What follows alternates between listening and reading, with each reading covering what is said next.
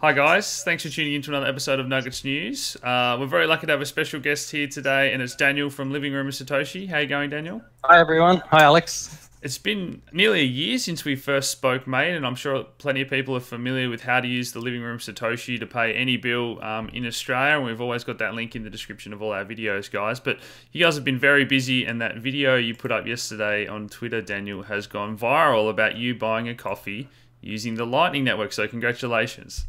Yeah, thanks. That's it's by far the most popular tweet I've ever written. It seems to have just captured people's imagination, the idea of using Lightning in the real world, and you can see that it's actually working now.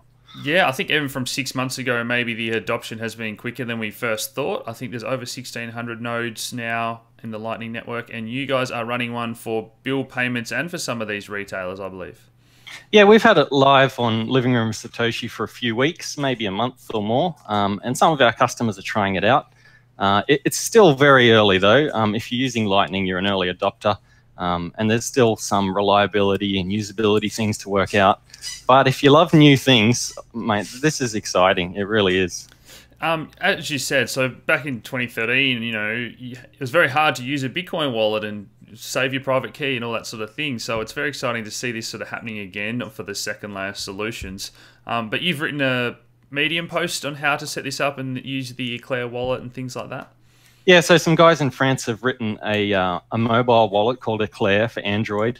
That's probably the best way to get started right now. It's the most usable of the wallets. And yeah, if you check out that Medium post, I've just set out step by step how to get started with it, how to make your first payment. Yeah, try it out. And the cost yesterday was, we're talking in terms of Satoshis, it was one Satoshi, which is what, 100th of a cent. So this is instant, it's cheap. That must have been very exciting to see that working in action.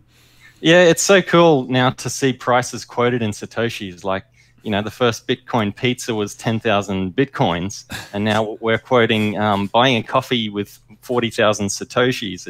It's interesting to see that. But yeah, the fees are crazy too. I mean, crazy low, because it was only 1.6 Satoshis, the fee for that transaction, which is 1/100th of 1 cent.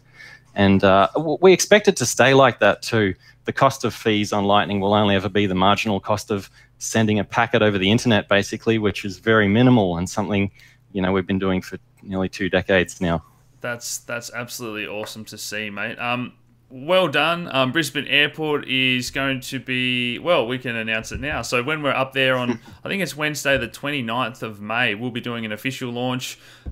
You and Caleb at Travel by Bit do so much in Australia, so well done. It's great to see all your hard work paying off, guys. And if you're in Brisbane, we'll be up there on our tour and we'll be launching Brisbane International Airport, and I really hope that, well, what are your hopes? But I hope that it really puts Australia on the map in terms of adoption and using this.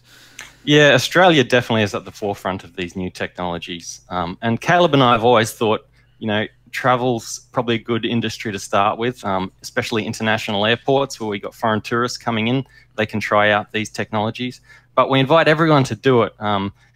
Try not to listen to what you hear on the internet about it, because there's a lot of uninformed opinions, but try it out for yourself and form your own opinion.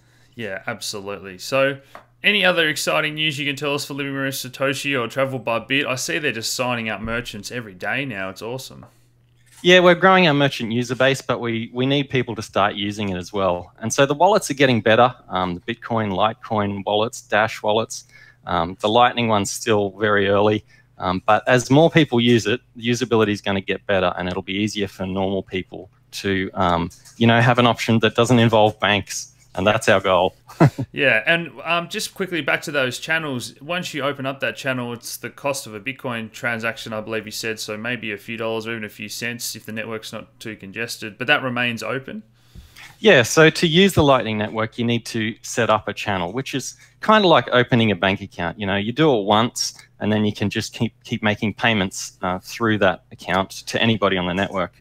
But yeah, the cost of setting up a channel is just the cost of one Bitcoin transaction, whatever that is. And once you open that channel, people can route through you guys. This is how the Lightning Network works. So the more people that do this, the quicker it all gets and the better it gets rolled out. So very exciting times. As you said, I think travel and tourism is huge. If we could just get everyone here using crypto that's on holiday rather than using the big banks and their travel cards, that would be huge for Australia. So well done, mate. Any final thoughts? I appreciate you coming on today.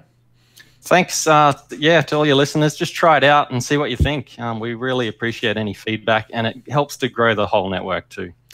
Thanks for joining us, Dan. And guys, check out Living Room Satoshi and Travel by Bit if you haven't already. So thanks, Dan. Thanks, Alex. See you guys.